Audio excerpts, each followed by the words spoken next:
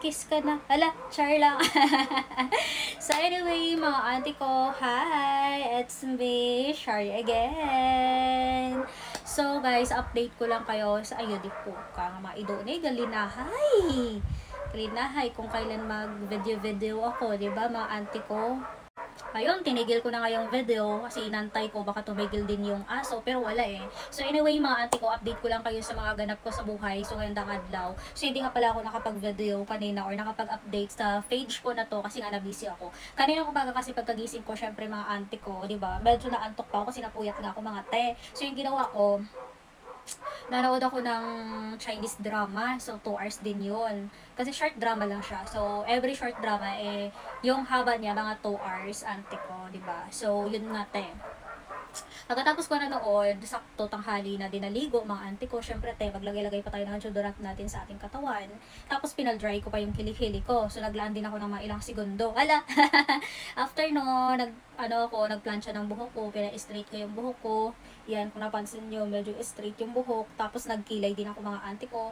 Nag-lipstick, ganyan, naglagay ng sunblock. Medyo naglaan din ako ng mga 1 oras para magpaganda, mga CS, di ba? So, kasi nga, baka sabihin nyo naman, pumapangit na ako, diba? Duh!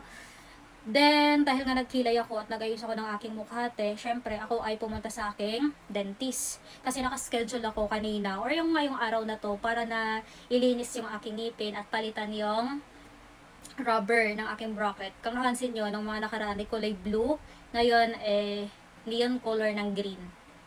Pangit nga, hindi bagay sa akin. Kasi maitim yung gilagid ko, magilagid pa ako. Tapos pag tumawa ako, pangit laki ng gilagid ko.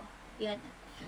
So, anyway, mga auntie ko, gummy smile kasi ako, te. So, pag yumaman na ako, mga auntie ko, don't worry, pabawasan kayo yung gums para wala na. So, anyway, nagpa-cleaning na rin ako. Yan, pinakleaning ko na siya. Then, eto, yan yung color. The next month, auntie ko, yung process. Kasi yung naano ko dito sa taas, yung pasta ko sa taas, medyo natuklap siya. Kasi nung mga 5 years na rin to, yung pasta ko. Then, i-repair siya next month. So, yun lang siya mga auntie ko. Yun lang yung update sa aking buong araw, te. Sobrang pretty ba, diba? Yan.